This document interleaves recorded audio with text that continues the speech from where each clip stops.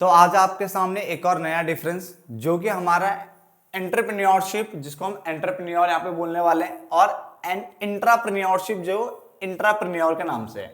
देखो बुक में आपके ना, अगर आप 10 ईयर से अगर आप पढ़ रहे होंगे तो आपके सामने एक डिफरेंस आ रहा होगा, एंटरप्रेन्योरशिप और इंट्राप्रेन्योरशिप के बीच में डिफरेंस बताइए।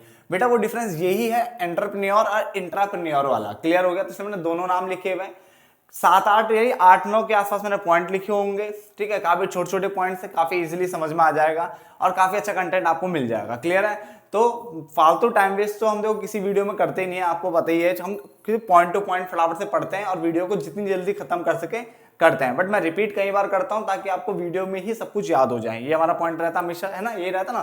तो स्टार्ट करते हैं सबसे पहले मीनिंग से। इसने बोला entrepreneur refers to a person who set up his own business.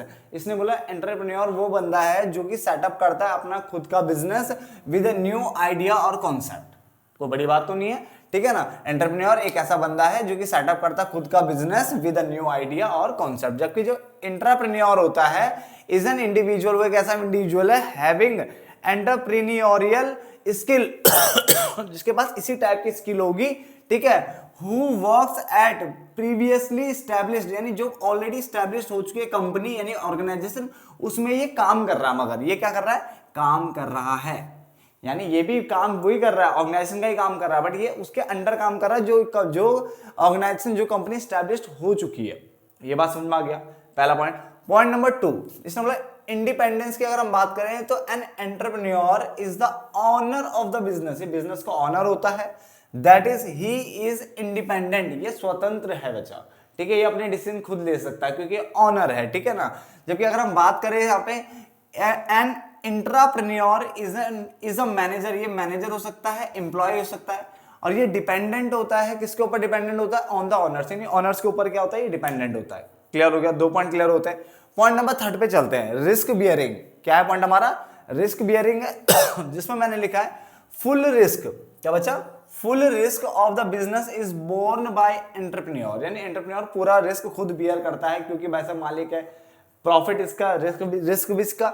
जबकि इंट्राप्रेन्योर है does not bear the entire risk, यानी ये रिस्क बियर नहीं करता है, ये तो काम कर रहा है, अपनी सैलरी लेगा और चला जाएगा। क्लियर हो गया? 3 पॉइंट समझ में आता है। मैं तीनों पॉइंट को एक बार रिपीट कर रहा हूं, ध्यान से सुनना बेटा। सबसे पहले मीनिंग बताया मैंने, entrepreneur refers to a person who set up his own business, जो अपना खुद का बिजनेस सेटअप करता है किसके साथ? विद अ न्यू आइडिया और कॉन्सेप्ट। जबकि जो इंट्राप्रेन्योर है इज एन इंडिविजुअल, एक ऐसा इंडिविजुअल है जिसके पास भी एंटरप्रेन्योरियल स्किल है, ठीक है, और जो वर्क कर रहा है at a previously establish company, ऐसी कंपनी जो कि एस्टैब्लिश हो चुकी थी उसमें काम कर रहा है, ऐसी ऑर्गेनाइजेशन जो कि एस्टैब्लिश हो चुकी है उसमें काम कर रहा है। Clear? Point number 2, independence. And entrepreneur जो होता है is the owner of the business, तो ये इंडिपेंडेंट होगा भाई, सीधी बात है। जबकि जो इंट्राप्रेन्योर होता है इज अ मैनेजर हो सकता है, एम्प्लॉय हो सकता है, तो वो डिपेंडेंट होगा किसके ऊपर? ऑनर के ऊपर। क्लियर होगा? Dependent on the owners. उसका रिस्क बियरिंग की बात करें तो full risk of the business is borne by the entrepreneur, पूरा रिस्क जो है कौन बोर्न करता है? एंटरप्रेन्योर बोर्न करता है। बट यहाँ पे इंट्राप्रेन्योर जो है वो बियर नहीं करेगा रिस्क, यहाँ पे समझ में आता है, does not bear the entire risk. आगे बात करते हैं नेचर की। अगर हम बात करें तो entrepreneur are innovative in nature, ये इनोवेटिव होते हैं, नया नया चीजें ढूंढते रहते हैं बिजनेस को आगे बढ़ाने के लिए। जबकि जो इंट्राप्रेन्योर्स होते हैं आर इनोवेटिव इन नेचर, ये भी इनोवेटिव होते हैं मगर कम होते हैं, but less than entrepreneur. Entrepreneur से क्या होते हैं? कम थोड़े से इनोवेटिव होते हैं। यहां तक पॉइंट समझ में आते हैं। तो हमारे 1 2 3 4 पॉइंट हमारे कंप्लीट होते हैं। देन उसके बाद हमारा पॉइंट आता है अथॉरिटी। क्या आता है? अथॉरिटी। तो full authority is enjoyed by the entrepreneur, ठीक है, to take all the decision by himself. यहाँ पे पूरी अथॉरिटी क्या है? ये एंजॉय कर रहा है। क्यों एंजॉय कर रहा है? क्योंकि भाई ये ऑनर है, अपने डिसीजन खुद ले सकता है, इंडिपेंडेंट है इन नेचर। तो उसने बोला full authority is enjoyed by the entrepreneur to take all the decisions by himself. Clear हो गया? जबकि अगर हम दूसरी तरफ चले तो an intrapreneur has to take permission, इसको परमिशन लेनी पड़ती है। किससे लेनी पड़ती है परमिशन? ऑनर से लेनी पड़ती है ऑफ द बिजनेस। तो जो बिजनेस के जो ऑनर्स है उनसे क्या है? इसको परमिशन लेनी पड़ती है। क्लियर हो गया यहां तक? ठीक है ना? चलो देन आगे कंपटीशन की बात कर लेते हैं। किसकी बात कर रहे हैं? कंपटीशन की बात कर रहे हैं। तो entrepreneurs face low competition for their business. यहाँ पे जो बिजनेस को कंपटीशन तो फेस ये भी करते हैं, ऐसा कोई दिक्कत है नहीं, ठीक है। ये पॉइंट तो मुझे भी थोड़ा सा अटपटा लगा। देखो ये करते हैं कंपटीशन, बट इसके कंपैरिजन में थोड़ा कम है, क्योंकि जो वहां बैठा हुआ है ना जो बंदा, ठीक है, उसको ज्यादा कंपटीशन मिलेगा उसके जो बगल में बैठे हुए दूसरे बंदे से, ठीक है। तो ये कुछ इस टाइप का बोला गया है यहाँ पे कि entrepreneur face low competition for their business but entrepreneur face high competition in the market. इसको बहुत ज्यादा कंपटीशन, अगर ये टाइम टू टाइम बदलता नहीं चला गया, अपने आप को अपग्रेड नहीं करा, तो बेटा ये तो आउट हो जाएगा कंपनी से। बात समझ में आ गया? तो ये हाई कंपटीशन झेलता है, ठीक है ना, किसमें? मार्केट में, क्योंकि हर दिन नए नए बंदे आते रहते हैं, वो नई सोच नई टेक्निक वाले बंदे जो नई तरीके से काम कर सकते हैं और काफी स्पीड से कर सकते हैं, है ना, और काफी अच्छे वे में कर सकते हैं, एफिशिएंट एंड इफेक्टिव मैनर में। तो इसलिए हाई कंपटीशन झेलना इनको पड़ता है, इनको क्या थोड़ा लो कंपटीशन झेलना पड़ता है for the business, but competition दोनों को झेलना पड़ता है, ऐसे याद रखना, ठीक है ना। ऐसे रिवॉर्ड की अगर हम बात करें तो entrepreneur is rewarded by profit, यानी इसको इसका रिवॉर्ड क्या होता है बेटा? प्रॉफिट होता है। क्या होता है? प्रॉफिट होता है for the risk bearing exercise, यानी जो उसने रिस्क लिया है उसके बाद बेटा जो उसको प्रॉफिट मिलेगा वही इसका क्या होता है? रिवॉर्ड होता है। क्योंकि बिजनेस क्यों चला रहा है? ये चला रहा है तो प्रॉफिट कमाने के लिए। क्या करने के लिए? प्रॉफिट कमाने के लिए। तो प्रॉफिट मिलना ही इसका रिवॉर्ड होता है। जबकि जो इंट्राप्रेन्योर होता है does not share in profit, इसका प्रॉफिट में तो कोई शेयर होता नहीं ऑफ द वेंचर, वेंचर मतलब बिजनेस, तो बिजनेस के जो प्रॉफिट में तो कोई शेयर इसका होगा नहीं ऐसे तो, ठीक है ना। बट इसने बोला गेट्स पर एग्जिट, बट इसको पर एग्जिट्स हो गया, सैलरी हो गया, इंसेंटिव्स हो गया, एक्सेट्रा फॉर दियर सर्विसेज, यानी जो सर्विसेज दे रहा है एज अ एम्प्लॉय काम कर रहा है, एज अ मैनेजर काम कर रहा है, तो उसको कुछ ना कुछ क्या नाम है बेनिफिट्स उसको दे दिए जाते हैं, salary incentive and all they दिए जाते हैं, ठीक है ना।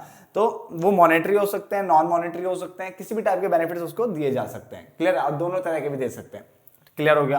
देन आगे इसने बोला ऑपरेट्स की अगर हम बात करें तो an entrepreneur operates from outside, ये ऑपरेट करता है बाहर से, फ्रॉम आउटसाइड लिखा है, तो ये ऑपरेट करेगा बाहर से। जबकि जो इंट्राप्रेन्योर होगा वो ऑपरेट करेगा within the organisation itself, क्योंकि ऑर्गेनाइजेशन के अंदर बैठ के काम कर रहा है, ठीक है, अंदर के ऑर्गेनाइजेशन के अंदर काम कर रहा है एक तरीके से।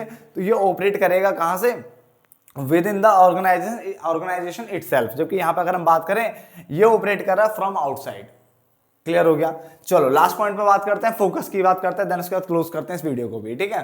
फोकस पे अगर हम ध्यान दें तो उसने बोला entrepreneur focuses on creating a leading position in the market, यानी ये मार्केट में ना टॉप पोजीशन, यानी एक तरह से लीडिंग पोजीशन क्रिएट करने की कोशिश करता है, अपने आप को टॉप पे लाने की कोशिश करता है, ज्यादा से ज्यादा प्रॉफिट कमाना और वेल्थ मैक्सिमाइजेशन करना। क्या करना? वेल्थ मैक्सिमाइजेशन करना, अपने आप को टॉप पे लेकर एक तरह से लीडिंग पोजीशन लेना, ये इसका क्या होता है? फोकस होता है। क्या फोकस होता है? ज्यादा से ज्यादा प्रॉफिट कमाना, वेल्थ यानी wealth maximisation, profit maximisation, wealth maximisation जो होते हैं अलग अलग होते हैं, याद रखना, ठीक है ना। अगर आपको नहीं पता किसी बच्चे को तो आप इसका भी डिफरेंस देख सकते हो, मैंने बना रखा बहुत पहले, ठीक है। प्रॉफिट और वेल्थ मैक्सिमाइजेशन दोनों अलग है, बट ये दोनों ही कमाना चाहता है, प्रॉफिट भी और वेल्थ भी, साथ ही साथ लीडिंग पोजीशन रखना चाहता है। इसने लीडिंग पोजीशन मतलब हाईएस्ट, मतलब जिसे कहते हैं ना शेयर रखेगा तो वेल्थ मैक्सिमाइजेशन तो हो गया भाई। अगर हाई वैल्यू ऑफ शेयर आ जाएंगे, उसके प्राइस अगर हाई हो जाएंगे, अच्छी खासी कंपनी बन जाएगी, तो वेल्थ मैक्सिमाइजेशन तो हो ही गया। तो वही लीडिंग पोजीशन, वही तो ढूंढना चाहता हो कि लीडिंग पोजीशन मिल जाए, एक मजबूत पोजीशन मिल जाए। तो ये फोकस होता है किसका? आपका एंटरप्रेन्योरशिप का, ठीक है, यानी एंटरप्रेन्योर का। आगे एंटरप्रेन्योर अगर फोकस देख तो किस पे करता है? देखे तो focuses on change and renew the existing organisational system and culture. ये एग्जिस्टिंग यानी जो अभी जो ऑर्गेनाइजेशनल जो सिस्टम चल रहा है, जो कल्चर चल रहा है, उसको चेंज करने पे फोकस करता है कि कुछ नया इनोवेटिव वे मतलब लाया जा सके, ठीक है ना। तो ये क्या कर रहा है? जो आपका ये चेंज ला रहा है, रिन्यू कर रहा है किसको? एग्जिस्टिंग मतलब ऑलरेडी जो एग्जिस्ट है ऑर्गेनाइजेशन सिस्टम एंड कल्चर, उसमें काम करके उसको क्या है? चेंज करने की कोशिश कर रहा है। क्लियर को जो ऑलरेडी एग्जिस्टेड जो ऑर्गेनाइजेशन स्ट्रक्चर है उसमें चेंजेस की बात कर रहा है, उसके सिस्टम में चेंजेस, उसके कल्चर में चेंजेस की बात कर रहा है। क्लियर हो गया?